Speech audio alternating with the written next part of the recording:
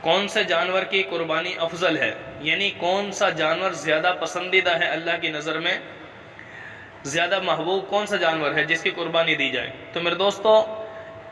اصل مقصود قربانی سے اللہ تعالیٰ کے فریضے کو پورا کرنا، سنت ابراہیمی پر عمل کرنا، جو کہ اللہ رب العالمین نے نبی علیہ الصلاۃ والسلام کی امت میں جاری فرمائی ہے وہ سنت۔ تو وہ کسی بھی جانور کے اندر قربانی آپ نے کر لی یا حصہ لے لیا، آپ کی طرف سے وہ فریضہ ادا ہو گیا۔ رہی بات یہ ہے کہ بھئی اگر کوئی سوال یہ کرتا ہے کہ بھئی ان میں سے افضل کون سا جانور ہے، گائے، اونٹ، بھینس، بکری، بھیڑ، جو مختلف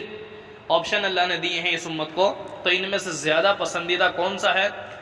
تو اصل مقصود علماء نے لکھا ہے کہ اس سے مختلف جہات سے اس کو دیکھا جائے گا۔ نمبر ایک، قربانی کرنے والے افراد اس بات کو مد نظر رکھیں کہ ہمارے پڑوس میں، رشتہ داری میں، دوست احباب کے اندر جو افراد قربانی نہیں کر پا رہے ہیں، ٹھیک ہے، کسی بھی وجہ سے وہ مجبور ہیں، قربانی نہیں کر سکتے، تو دیکھا جائے گا کہ ان کی تعداد زیادہ ہے، تو آپ ایسے جانور کی قربانی کریں جس جانور کے اندر گوشت زیادہ ہو، تاکہ ان غرباء اور فقراء مساکین کا فائدہ زیادہ ہو۔ اور دوسری صورت یہ ہے،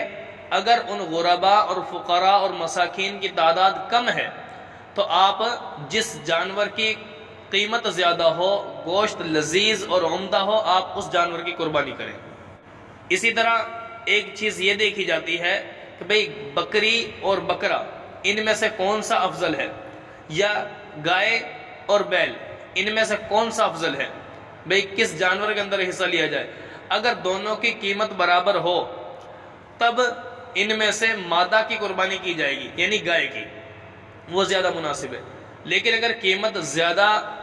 کسی ایک جانور کی ہے تو زیادہ قیمت والے کو ترجیح دی جائے گی، جس کی قیمت زیادہ اس کی قربانی افضل ہوگی۔ اسی طرح صحت مند جانور،